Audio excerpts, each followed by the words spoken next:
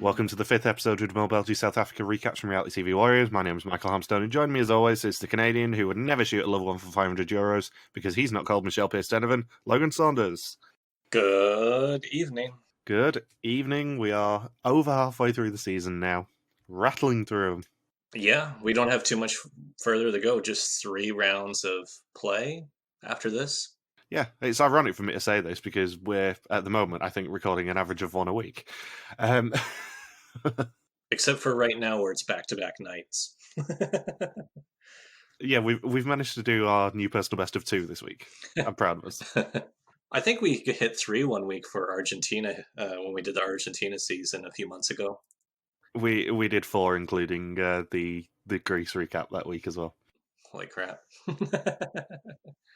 But yeah, we are over halfway through the season, and I would say the executions start getting a bit devastating by this point. It's not devastating this episode. No, the next one is. The next one's is definitely devastating.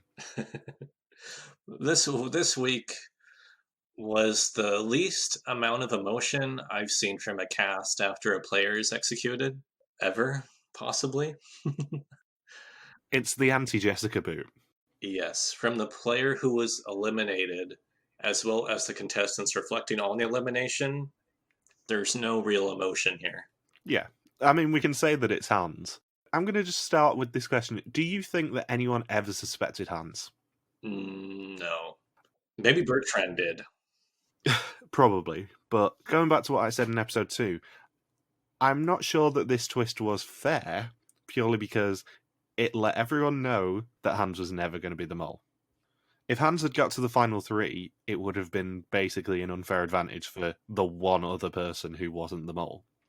So would you say initially Hans had a huge advantage at the beginning of the game, and then the further he gets into the season, the more and more it tilts into the opposition's favor? I would say so, yeah, because there was no way in hell that Hans wasn't getting back in the game, given that, let's be honest, Jessica scored 0 and he got 4 Jokers, I think it was. But I would say the longer he's there, the bigger advantage he's just giving to everyone else. Which I guess does make it a fair twist. It's just not really fair for Hans. Yes, like he goes home initially in 11th place, fair and square, and then he gets a huge bonus by being thrust back into the game after essentially being eliminated. And then he has to play with the disadvantage because he's already gone home once while everyone else has gone home 0 times. Yeah, I think it's very telling that this is the last season where they do a twist where it's a non-elimination potentially at the start of the season. Yes, and the fact that he didn't even have to really compete. He wasn't even there for when Jessica went home, so he got to skip around. Yeah. This is the very last time that Belgian Mole do anything like this in terms of a twist, because you had Ruth last season with the car bomb that could potentially prevent her getting executed. You had Hans coming back after being executed. Then you have Joker on the run in Mexico. Then it is... Well, the big twist is the fact that the Mole knows nothing for Vietnam. And then Greece was Pandora's box. They never have a potential non-elimination twist again. At least not in the seasons that have aired yet. I'm in the process of killing this huge moth in my room. Give me 1 second. No problem. Wow, that was surprisingly easy. We'll just pause the podcast, don't worry. Hang on. Where the hell did he go? I thought I got him. Just for the record, this is 100% staying in the episode. Yeah, there's like this huge moth where I was about to start to teach, and this was like a little over an hour ago, and it flew straight for my eye. It hit around my eye, and then it just landed on like my discarded hoodie that I wear for teaching. And now, where the hell did it go? Weirdly, I was about to get in bed a couple of days ago, and a moth was hiding under my Kindle and scared the living bejesus out of me. Can you just download anything on Kindle for books? And like, can you get like foreign languages on Kindle for free? I think you pretty much can in the UK one. I'm not sure about Canada. Yeah, because I was thinking about getting a Kindle. I thought it'd be a good thing for me to have. You can send any PDF to a Kindle via email. So, even if you just find the free PDF, you can send it to your Kindle. So next season of Belgian Mole, we can, thanks to Kindle, we'll be able. We won't even need subtitles. Yeah, this episode is sponsored by Kindle, in case you haven't guessed. Use the promo code RTV Warriors to get 15% off your Kindle purchase. And don't forget to smash that like button. We're just going like full YouTuber now. So, previously the final seven cycled for their supper before searching for letters protected by ostriches, whilst failing to beat Gilles in a game of Scrabble. Hans found the golden egg, giving him the chance to steal money from the group, but it was a hole-in-one for the other six, who added the 3,000 euros to the pots. At the execution, lightning struck twice for Bertrand, as he couldn't save himself for a second time, and went home. And we begin with six people: Davy's girlfriend Margot, Hans's girlfriend Corinne, Elaine's brother Max, Robin's wife Sophie, Annalise's husband Joe, and Sam's unnamed mother, arriving at George Airport in the south of South Africa. They discuss that one of their loved ones is the saboteur in the group. Maxime says that the first thing he'll ask is whether he needs to put effort in or not, and they are driven to and then locked in a cage, just as if they were related to Michelle Pearce-Denovan. My family's here. Let's put them in a cage with a smoke bomb.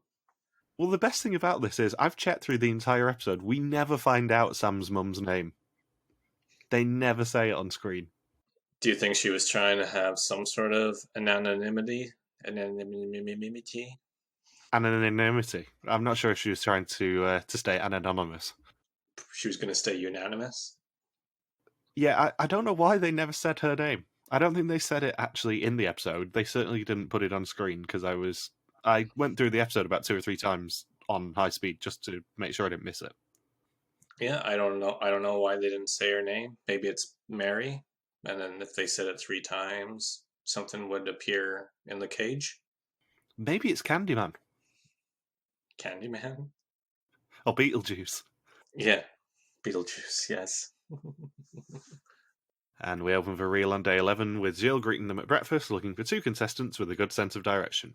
And they pretty quickly actually volunteer Hans and Davy. And he says that he hopes the other 4 can take a beating. Hans has a really good sense of direction in the eyes of the other contestants since he figures out how to fly back home to Belgium. And Annalise, Elaine, Robin, and Sam are blindfolded and taken to a location 60 kilometres away from the hotel. They take the blindfolds off in the middle of a circle of poles, each of which has a word on, and a platform with a light bulb in the middle. All they've got to do is match 10 descriptions with the word in Afrikaans, which is made up of 2 of the compound words on the poles. They have to link the words using a human chain. If they're correct, they'll earn 300 euros. However, if they're not, they will be electric shocked because the poles are hooked up to a car battery. And I'm not even joking. They only get 1 chance to form each word. To earn the money for the pot, though, Davy and Hans have to reach them within 90 minutes. And this is another challenge where Gilles is just a little bit of a dick to people. Because as he's saying goodbye to Davy and Hans, he goes, I've already put the destination in the GPS for you.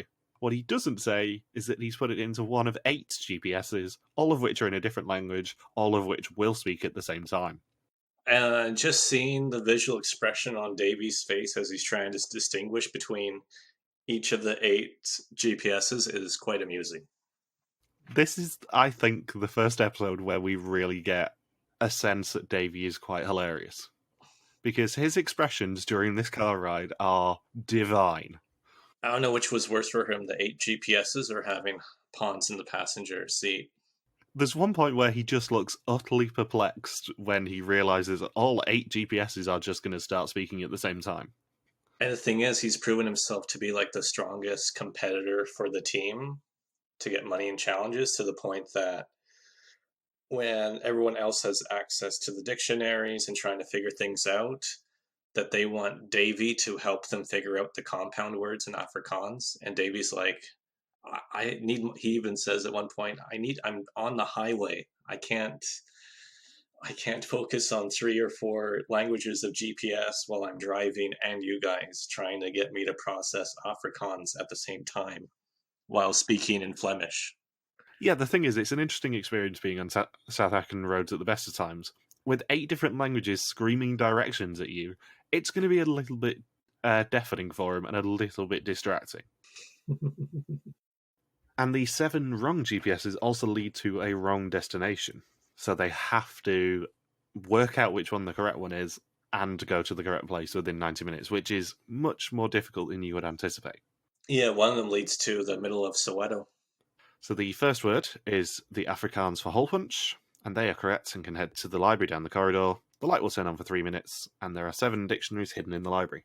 Each dictionary matches to the language of one GPS, leaving just the correct one for Hans and Davy to follow. Now, how would you have approached this? Because let's be honest, you wouldn't have been in the car given you can't drive. I probably would have been the guy in the passenger seat.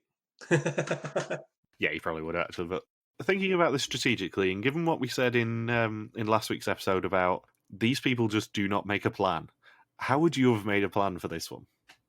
Well, I mean, Afrikaans and Flemish has quite a bit of overlap, if I'm not mistaken. I think I had this conversation with a Dutch guy when I was in Cape Town, where there's a fair amount of mutual intelligibility. So I think you could figure out how compound words are constructed in Afrikaans if you're somebody who lives in Flanders.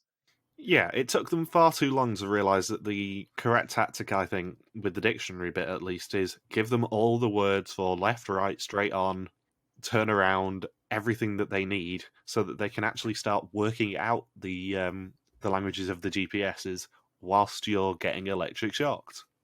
Yes, and then with the dictionaries too, yeah, you just it's like what are the what phrases do you always hear when you're driving a GPS? As you said, left, right, turn around, and maybe the like 100 meters, 200 meters, 300 meters, because that's what a GPS always counts down to as you're about to make a turn. Yeah, even something like airport wasn't a terrible suggestion because if you know there's an airport in the area, which there is because it's the George airport, and you know you're probably going to be going past it, then maybe you ask for the airport word and it gives you one of the GPSs. It is honestly a miracle that they did well in this challenge. Yes, I was thinking that too when Davy and Hans turn around the corner. I'm thinking because they just play the odds, right? Like they get or Davy plays the odds. Where it's like, well, whatever places are over 30 minutes away from us, let's just turn those ones off. Not even really worrying about the languages. Because what if it's like, what if it was just one of the GPSs that was over 30 minutes away when they got down to 30 minutes? Then the rest of the challenge was just completely pointless for them, no matter what they did. Yeah, the thing is, I wouldn't have necessarily turned off the ones above 30 minutes because depending on how fast you drive, you could probably get there in less than 30 minutes. Yeah, they don't enforce too many rules on South African roads, if I remember correctly. No. It's not as lawless as Texan roads, but it's not far. So Robin rings them and says they need to pass on a word that they can look up in the dictionaries. Davy sets off, and a cacophony begins. Yeah. And the second word is sponge cake, which they are right about, and they have Czech, Swedish, Indonesian, Turkish, Croatian, Danish, and Norwegian dictionaries. And the third word is scooter. They say it's noise car, and it's actually noise pony. And the electric shock is much larger than you think because it is a car battery.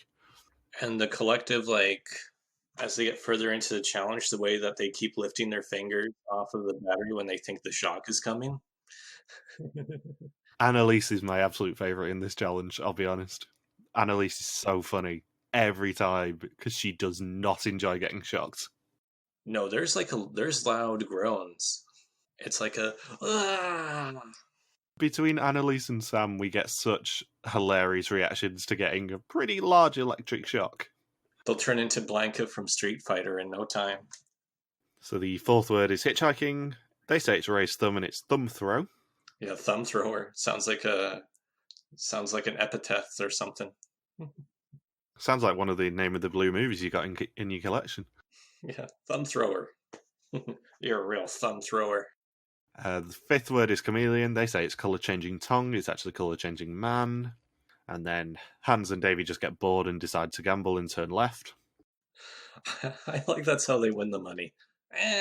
You want to go left? Sure. Sure, we've got a 50-50 chance.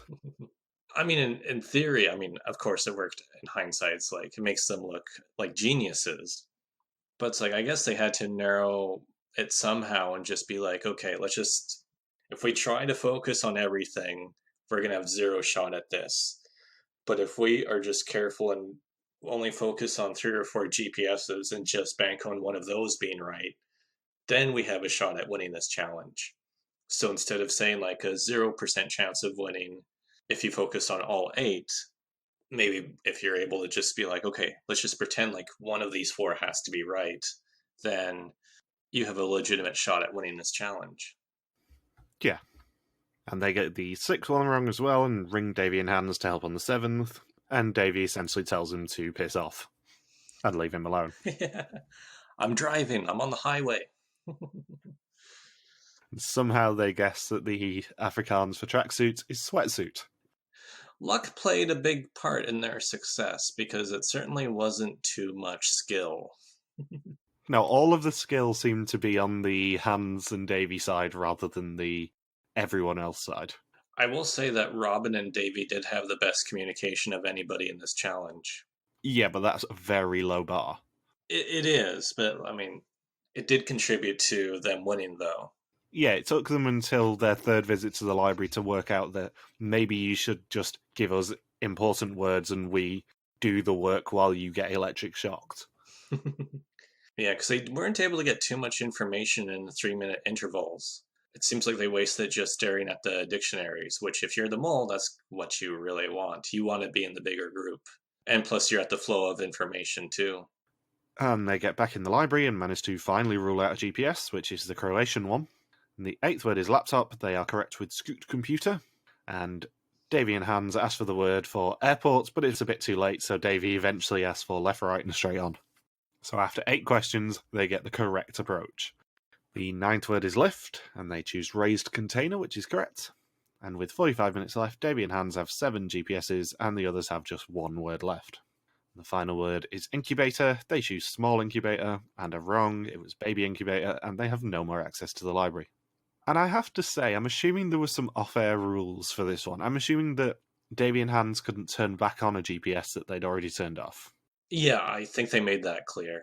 Yeah, and I'm also assuming that they couldn't have a look at the settings of the GPS other than turning it off.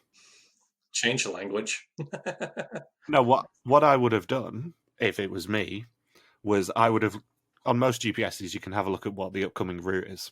So I would have then seen what the upcoming directions were and asked for the specific words for, like, straight ahead then, if I knew there was a straight ahead coming up on that GPS. Oh, that makes sense. I'm assuming they weren't allowed to do that. Maybe they could have, and they just didn't figure it out. Because just think of how likely they were going to fail with their current strategy. Like, they just got really, really, really lucky. Yeah, the other thing I probably would have done if there were no rules was turn the volume off on maybe 1 or 2, just to make it clearer. You have a feeling the volume had to be set in stone. Yeah, because if you turn the volume off on all but one of them, then you can probably work out what language it is. Yeah, then that's when it's like, you can see the route coming up. So it's like you only need that one specific word. So, yeah, they turn off every GPS that takes longer than half an hour because that's all they've got left, and there are only 2 left. They recognise the Danish one and turn off one of the GPSs, leaving just 1 to follow. Davy tells Robin to stop driving him around like a maniac and let him park. Brilliant communication, guys. They pull up, and somehow it's correct, earning them €1,500 of a possible 3,000 for the pot. And I have to say, I don't remember them winning this challenge. I do, because I remember how shocked I was when I originally watched it when Davy and Hans walk in. Because I remember it was one of the flukiest challenge wins of almost any mole challenge ever. I honestly had it into my head when I was watching this a couple of days ago that they really crash and burn on this challenge and go to the completely wrong place. No, they just get really, really, really lucky. And it makes them all be like, how? I should have that should have been a successful sabotage hot for Dama. To quote John Mulaney from the Salt and Pepper Diner, God damn it! So Jill walks in and congratulates them and tells them it's time they went and met their families again. And Sam admits in the car that they only won because of dumb luck. Yeah. He didn't even want to pretend that it was because of skill. If anything, the loved one should be substituting for the contestants, and they could probably do better at the challenges overall. And they drive up to the middle of nowhere to see their loved ones in a cage. And Annalise spots her husband very quickly. And Gilles says to greet their loved ones, they have to cross the minefield behind him. If they freed their loved ones, they'll earn €3,000 for the pot. And between them and the cage are 10 multiple choice questions. Under each wrong one is a mine, and if they stop off a mine, then a bomb will go off behind their loved ones.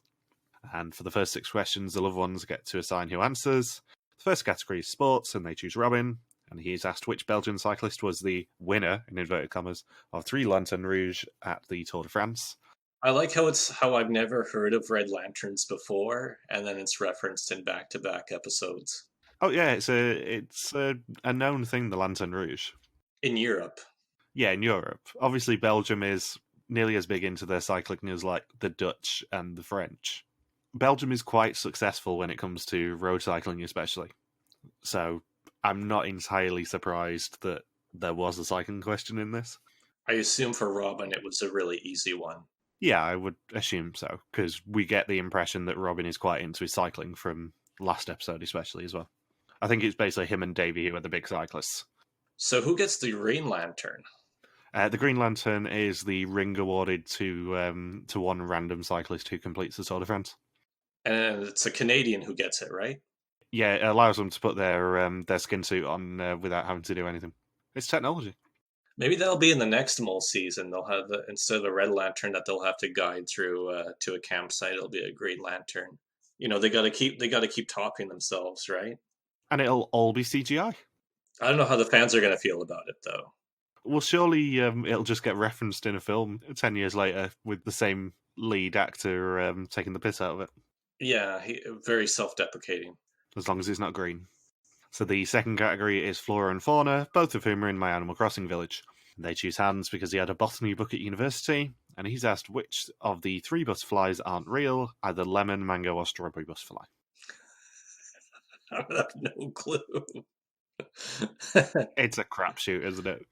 Whoever answers this question should not step off. And Hans ended up being right, that's the thing. Well, he had a botany book. He ended up stumbling arse backwards into a correct answer. Again. He didn't even have to turn off a GPS. The third category is music. Sam is volunteered and asked which of the 3 options played at Woodstock, in 1969, about at least 20 years before Sam was born. Maybe 30 years. Sam was, 92, 93, I think he was born? I think he's 24, isn't he? Yeah, so he's like a year younger than me. So he's actually the year between the two of us. So, being honest, he was born in 1992. He was not going to know off the top of his head who played at Woodstock, I would guess. But he gets it right, inexplicably. Yeah, that's who I would have guessed. I mean, I would have guessed the Who, but I wouldn't have been confident. Not like 100% sure, but it's like, yeah, like I've, especially with my dad, really into like reading about Woodstock and stuff. I know a good chunk of the performers there, and like I'm pretty sure the Who was more recent. The fourth category is architecture. They pick Annalise, and she is not happy about it. And she is asked which of 3 buildings is the highest, either Notre Dame, Big Ben, or the Atomium. And of course, as you well know, they weren't allowed to put pictures of any of these up because you can't take a photograph of the Atomium. Such a weird law. Belgium, never change. And I do also have to say, I know I'm being a pedant, but Big Ben is not the building, the Elizabeth Tower is the building, Big Ben is the bell. If anyone picks Big Ben, then Big Ben is not that big because it's not a building, it's a bell. In fact, up until a couple of years ago, it was just Amelia's clock tower at the Houses of Parliament. They renamed it in 2012 to commemorate the Queen's Diamond Jubilee to the Elizabeth Tower. Either way, she gets it wrong. Yeah, either way, you don't pick that, and it's wrong. Which one? She picked Notre. Didn't she pick the Notre? She picked Notre Dame, even though currently it's not that high. But yeah, the Atomium's the obvious answer to that one, I would say. Yeah, because I was thinking I've been to all 3 of those. Yes, I did go to all 3 of those on the same Europe trip, and the Notre Dame is not that tall. It's like the size of a regular, big city cathedral. Yeah, no, Notre Dame is much smaller than you would expect. The Elizabeth Tower is much smaller than you would expect. And the Atomium, I've never been to Brussels, but the Atomium, I would know pretty much off the top of my head, was probably going to be larger than both of those. The Atomium is substantial. The Atomium is at least a landmark where they can have an amazing race pit stop and weirdly sleep inside it. Yeah. And the fifth category is science, and they curse themselves because Hans is a science teacher. They choose Aline, and she's asked which 2 Nobel Prizes Marie Curie won. And this is the easiest of all of the trivia questions. Yes. It's not going to be literature, and we know one of them has to be chemistry. Yeah, Marie Curie, quite famous for chemistry, even more famous for physics. Hence the fact that curium is on the periodic table. So that's a pretty easy question, I would say. And yet they still fight about it. So like, well, maybe she wrote a book about radium. No, she didn't. I'm like, I'm pretty sure literature is for action. Isn't it usually just for stories? I don't think it's not like It's not for non-fiction books. it's like you have The Great Gatsby, To Kill a Mockingbird, and All About Radium. You have The Great Gatsby, To Kill a Mockingbird, and Radium! Exclamation point by Marie Curie. The kids' book all about nuclear physics. Yes, you have like Lord of the Flies, The Giver, all of these, War and Peace, Crime and Punishment, and then Radium. I mean, I must say, I have so many books by Marie Curie on my Kindle at the moment. I just can't move for books from Marie Curie about radium. It's really weird. But Maybe there's like a Radium story with Curious George or something. But the thing is, of all the elements to pick, I wouldn't pick radium to be associated with them particularly. I would probably pick curium, the one named after them. But I like how that's like a serious conversation for them. Like, maybe she wrote a brilliant novel about radium, even though that's not the thing, that's not the element named after her.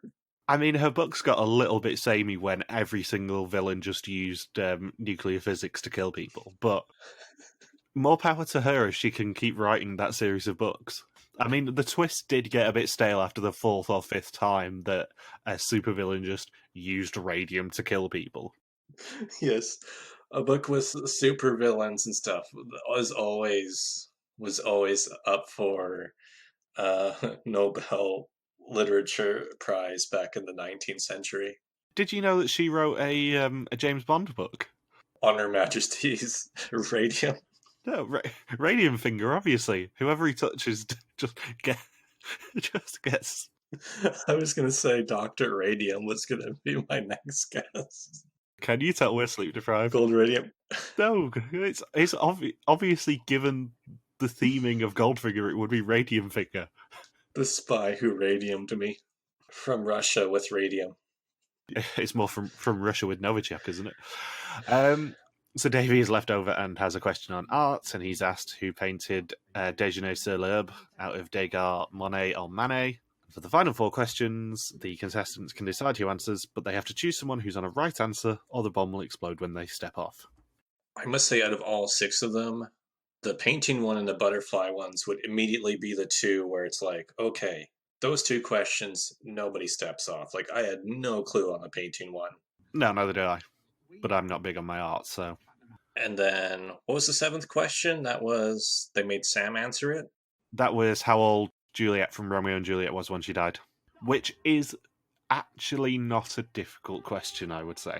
Is it 15? 13. It was 13, yeah. Because in my head, I'm like, I think she was 14, and then 13 and 15 were the options. I'm like, well, it's going to be one of those two. I think the answers were wrong on this. I think she was 14 as well. Because 14 was what I had written down originally. Because yeah. I think she was 14 and Romeo was 17, if I'm not mistaken. Let's Google this. I'm pretty sure on that, actually, that she was 14. No, they say 13. Maybe she celebrated her 14th birthday during the play. I always had in my head when I studied Romeo and Juliet, she was 14. Yeah, it's weird how we both thought of the same wrong number. But yeah, she was ridiculously young anyway. But yeah, you think of Shakespeare times when people typically got married, and it's like, really? You're going to pick 17? Yeah, she obviously was not 17. 17 was the obvious, really wrong answer. There was an argument for 15, but given those choices, I would have erred on the side of she was young. So I would have gone 13, even before I knew that was the right answer. Yeah, and I'm like, maybe 15. But I definitely would have known that 17 was wrong. You can be forgiven for saying 15, you can't be forgiven for saying 17. It's like, okay, Sam has not read Romeo and Juliet. Well, he said he only saw the film. Like, that's not really a detail in the film. They don't say, "Hello, Romeo, you 13 or 14-year-old. This is Juliet from the House of Capulet. She is 13 years old." But even then, Leo is really young in that film. You'd probably err on the side of Claire Danes being younger than him. I think if Sam is likely to have seen any of them, it would have been the one with Leo and Claire Danes. Just like with Othello, like he's gonna be like, "What? Oh, what job was Othello? Wasn't he a high school kid who played sports and he played basketball?" It's like, no, that would be, "Oh, Sam, you are really, really young." And then Sam's like, "Oh, yeah, that's Othello. That's the play where they had the Outcast song playing during that one scene, isn't it?"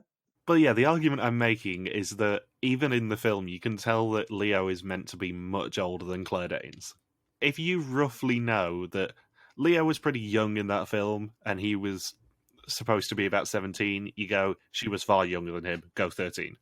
I love how we're just like intensely discussing the Romeo and Juliet question of all of them. Romeo was 16 in the play. He was Was 16. he? I thought he was 17. The argument still stands. She's much younger than him. So this would be an illegal relationship by today's standards. Yeah, but most relationships of that time probably would. Yeah. So the next category is philosophy, and they volunteer Davy. He was wrong that Monet painted Déjeuner sur l'herbe. A smoke bomb goes off. It was Manet. And we see a close-up of Davy's diarrhea-coloured Converse before he steps off. Sam's second answer was wrong. He said 17 and it was 13. And Annalise was wrong that Notre Dame was the tallest. It was the Atomium.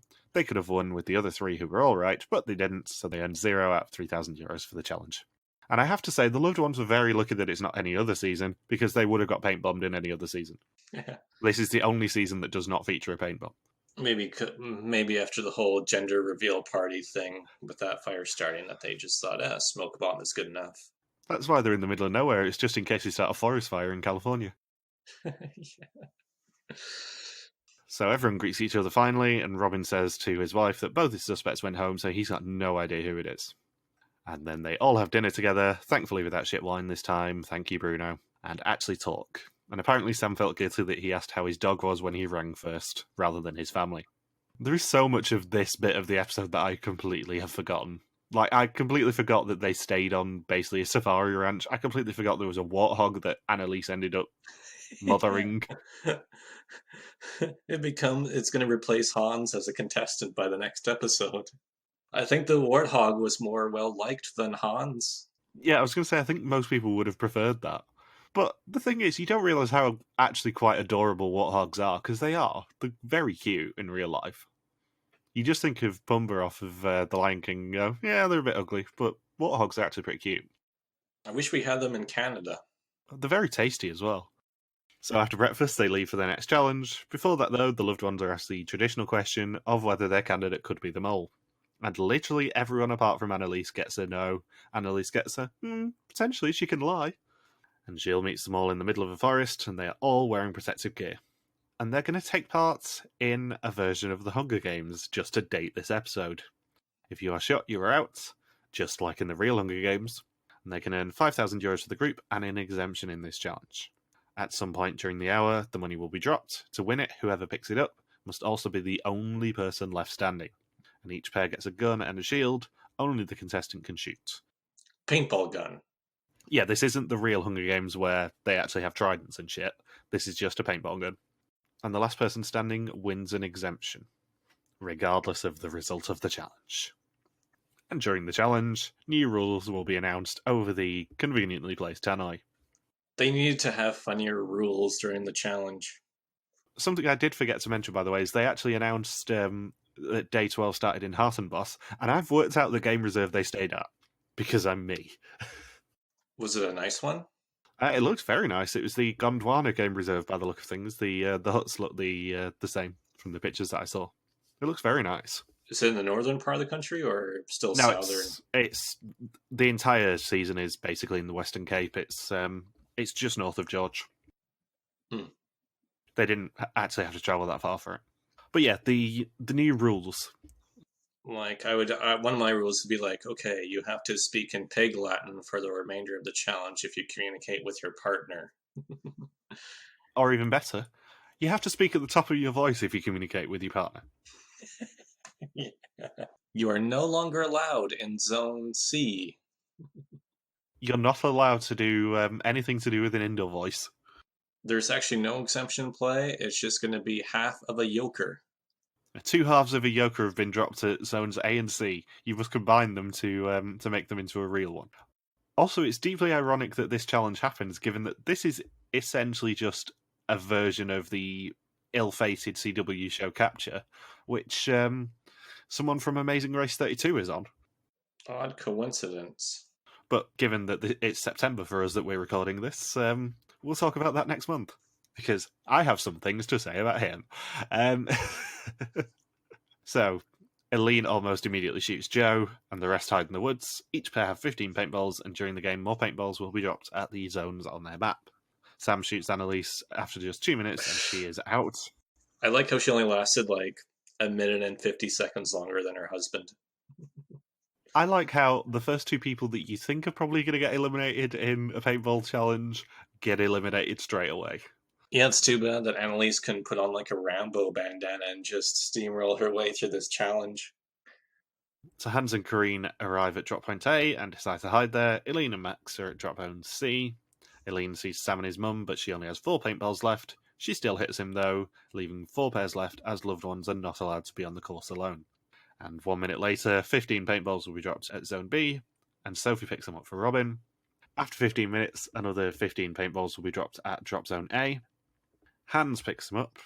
Sophie sees Hans kind of stumbling along, and a shootout begins, but they just end up wasting a lot of paintballs between them. Yeah. It's like one of those Leslie Nielsen shootouts in the movie where they keep firing at each other from like 2 feet apart, but they miss the whole time. And Eileen is by drop zone C, but has no paintballs, and she comes up with a plan to hide behind a tree and pretend she has some, because it still makes the gas noise if it's firing nothing. And 1 minute later, €5,000 gets dropped on the start podium. Davey runs for it. If he is the last man standing, they'll earn €5,000. If anyone else survives or he gets shot, they earn nothing. And they decide to just run straight back to the podium and try and sit there for the exemption. And Hans basically wastes all of his paintball shooting at him. They're not conservative with their paintballs in this challenge. No, if you get a limited amount of paintballs, you don't shoot someone unless you're really nearby or they're shooting you. That's the rule, surely. It's like Bender from Futurama with a machine gun, where he just goes through like 100 bullets of the machine gun when they do their Hunger Games episode in Futurama. Oh yeah, that's when they have to fight the people from Star Trek, and he finds a machine gun and 100 bullets, and he just fires all 100 for fun. That's what this challenge is like. In other words, it's another challenge where the contestants don't plan at all. And Jill announces with 22 minutes to go that if there is more than one survivor, every extra person on the course will cost €500 from the pot, including the loved ones. Which is essentially just, you need to shoot your loved ones, the rule. The loved ones can't get the exemption? Well, the loved ones can't be on the course alone. That's already been established. Yeah. So Robin spots Eileen and Maxime, but Maxime defends her and gets shot himself. He has no paintballs left as a result. And Jill announces that another 15 paintballs will be landing at Zone C. Eileen claims them, not that Robin knows that. She tries to shoot him, but it's too far away, and Davey gets involved and aimed at him too. And Eileen and Hans both have just 1 paintball left. Jill announces whoever is on the podium at the end of time wins the exemption regardless of how many people are left. With 5 minutes left, there are 7 people still alive. Finally got the moss. I'm proud of you, son. Don't worry, I'm just talking amongst myself while I hear you banging around your room, trying to kill a moth. And Hans says he has no chance to win, but if he's alive, he'll cost the pot money. What fucking strategy is that? Like, of all the stupid strategies we have seen on this show, Hans just hiding in the middle of the forest and costing the pot €6,000, and then not even being the mole, is a ridiculous strategy. There's Mark going straight ticket on the first 2 quizzes, and then hands down, what has to be right up there is Hans hanging out in the woods for reasons that the contestants themselves just could not figure out at the end of the challenge, especially Robin. Yeah, if you cast your mind back to Argentina, Gilles as Mole cost the group €6,000 in the Passfragen game. Hans, as contestant and as someone who no one suspects, cost the pot the same amount of money by just being a bit pig-headed in this challenge. Like I don't even know if Hans really knew what he was doing in that challenge. Was he trying to draw suspicion? I think he just didn't think. No, that is, he did say that he didn't think going into the quiz, didn't he? Yeah, I think he just genuinely didn't consider that if he was still alive, they wouldn't earn the €5,000. But what was he thinking was going to happen if he hung out in the woods till time ran out? Well, exactly. And the thing is, if you have no paintballs left, which he didn't, and if you know there is one other survivor there, which is Davey, who has paintballs and is going to claim the exemption, you can't win the exemption anyway, so you might as well just take one for the team. Which is what Aline, at least like that's essentially what Aline and Robin did as well. We each only have like one or two paintballs. Let's just go for the exemption. If not, we're out in the open and Davey can shoot us and we add money to the pot. Like, I know that being shot by a paintball is not the thing that is going to enthuse you the most, but given Hans has been basically a team player the entire season that he's been in, to the point of in the Bertrand non-elimination, he said, just do the honourable thing and admit it, I would. Like, it's so out of character for Hans to just go, I just don't want to get shot. I don't want a paintball in my face. I don't want my girlfriend to get a paintball in her face. I'm just going to sit here in the woods and cost the group €6,000 because that's essentially what his attitude was. I'm trying to replay through all the other Belgian Mole seasons now that we're only like 3 episodes away from covering every episode ever of Belgian Mole. Well, the good ones. Yeah. And I'm just generally trying to think, like, has there been another move or strategy in another challenge where it didn't make sense to the contestants and it didn't make sense to the contestant who did it himself? I don't think so. Because that's the one thing I remember about this, the major thing. Like, I remember once the GPS part of the challenge refreshed my memory, I'm like, oh yeah, somehow they win this, but I forget how. But it was with the Hunger Games one, the one thing I always remember is just Hans camping out in the woods, and it's even worse than I remembered because I'm like, oh right, there was like zero. That's why it stayed in my brain, is because people spent the next 3 or 4 weeks trying to figure out why he did it. I think of all the paintball challenges as well, this is probably my favourite one. It's the best thematically, I would say. It's either this one or the Mexican shootout. I have a soft spot for the Mexican shootout just because it's ridiculous and steals money from charity, which is really funny. It's just, yeah, I'm just trying to, like, and why didn't Hans's girlfriend step in and say, I want €6,000 if you win this game. I think you should go get shot by Davey. Especially when she lost him €3,000 last week. She's the mole. She's lost them. She's lost Hans €9,000. Nearly a tenth of the potential pot this season is lost purely by Hans. Hans's loved one. I guess his girlfriend just brings bad juju onto Belgian Mole. So Eileen aims her last paintball at Davey with 90 seconds to go. Robin also runs to the platform despite having no paintballs left, and Robin gets shots. So does Eileen. And in my favourite move, Davey just turns around to Margot and goes, yeah, you know you're going to cost money as well. I'm shooting you. Bye. Imagine if Robin was able to run through the field somehow. Like, this is the only way Robin gets the exemption. He runs through the field, grabs Davey's paintball gun with his girlfriend there, grabs the paintball gun, shoots Davey and his girlfriend, or I guess just Davey, and then snags the exemption and does it all in under a minute somehow. That's the What would have happened if everyone had run out of paintballs and Robin steps on the platform as well? Well, he'd still be in the game, right? Yeah, but both of them would get an exemption, surely, because it's whoever's on the platform.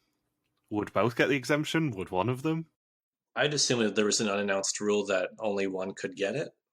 So yeah, Hans and Karine end up costing the pot €6,000 by still being alive. Davey earns the exemption and is delivered it by drone. And that earns them minus €1,000 of a possible 5,000 for the challenge, €500 of a possible 11,000 for the episode, and €19,000 of a possible 66,000 for the season so far. It's the biggest sabotage of the whole season, I think, was the €6,000 that Hans cost the pot. And it's not even done by the mole. No. As we clearly determined, it was not a mole sabotage. And I think if people were like 95% sure Hans wasn't the mole going into this challenge, I think they 100% ruled him out just because it was the most puzzling, blatant sabotage ever. Exactly. The mole is meant to be found by the end of the season, but the mole is not meant to sit in the woods and cost the group €6,000. And he just gets grilled for it afterwards, where everyone's like, why? We could have had €5,000 in the pot, easy. Like even the mole wasn't just found a way to get themselves shot. So that evening, they have their final meal with their loved ones. Sam apparently still tells his mum when he goes to the bathroom. And after dinner, they all have to say goodbye, and Robin cries. And it's now time for the test. 20 questions on the identity and actions of the mole. Whoever knows least goes home, except for the mole who can never go home. Also, Davy's got an exemption, so he can't go home either. Not that he would have anyway. Sam says that Davy and Hans were suspicious for not giving much information from the car.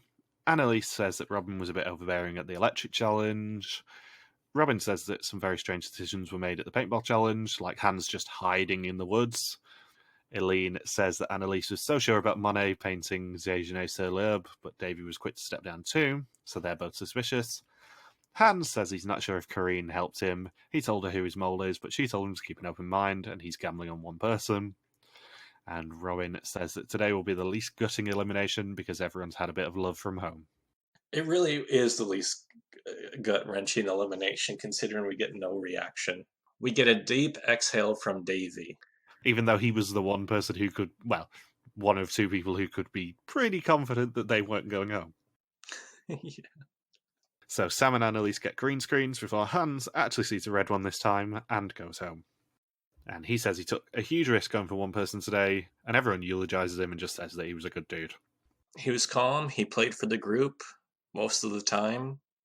And that's it. That's it for the final words. It's like the least impactful final words of any contestant was, yeah, he was a good, calm guy. He was positive. And they all said it, like 3 different people said more or less like the same 10 words. And then Hans himself didn't even really react to. He's like, oh, yeah, I guess, yeah, I scored the lowest. Those are the rules of the game. So next week, everyone's heart rate is raised by a challenge with baggage before they try and get a good night's sleep in my least favourite challenge of the season, just warning you now, and skip in a hotel room before everyone is locked up with the mole. Oh, it's the sleep challenge that producers never attempt again.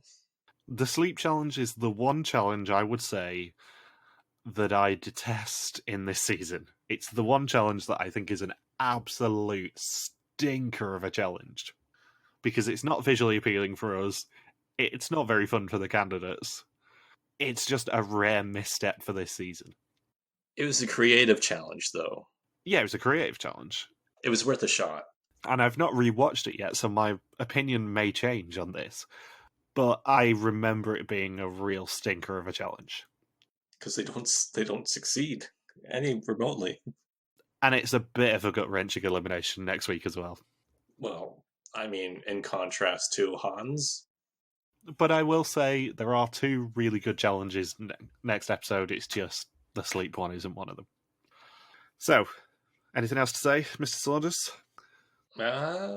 Hans, why were you in the woods? He would still be out in the woods if there wasn't an expiration date on the challenge. What they should have done is just left him there. Just not told him the challenge was over and just let him become the woodsman of the South African forests. Putting the boss into Heart and Boss.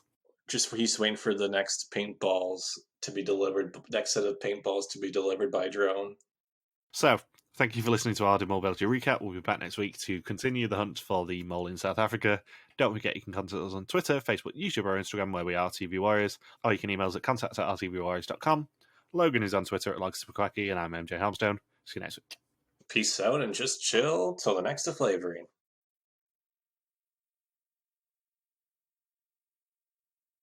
And now we can talk about what the mole did, because there isn't much this time. So the main thing I remember Eileen doing is deliberately getting electric shocks. She Yeah. basically says in the reunion, I didn't want to get electric shocked, but I had to take one for the team as the mole. And just make sure that we kept getting electric shocked. And then have that sabotage still fail anyway. Yeah. And she also didn't shoot anyone, really. She tried, or alleged to try to shoot people, but she didn't shoot anyone, which increased the chance of people being left over, and therefore costing the pot all the money. But she kind of gets overshadowed with Hans doing her work for her. It's a very low-key mole episode, this one. Yeah. And they only earned €500 total anyway. Well, yeah.